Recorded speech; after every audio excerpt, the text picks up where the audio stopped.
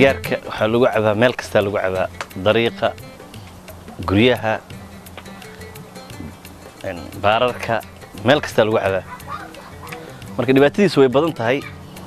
waxaa la sameeyay baaritaanyaal badan waxaa la ogaaday ninka dhuuqa maana kan aan dhuuqin in dhibaato ka sii xoog badan ay ka soo gaarayso cid ka bad qabta malaha walaa cunug yaraan ka bad qabin walaa qofku weynaan ka bad qabin walaa qofku waayeelka siiba waxaa u daran dadka samboorka qabo dadka allergikada qabo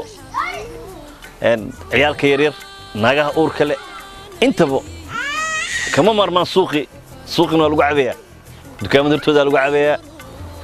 maqaaxidaha hortooda lagu cabayaa meel kastoo lagu cabaa sigaarka dhibaat marka labaad burus marka aad farta isaga dhufato xanuunkiisa markiiba aad dareemaysaa oo waxaad markiiba ku dhaawacaya oo dareenkiisa markiiba aad arkayso laakiin tan sigaarkase waxa waaye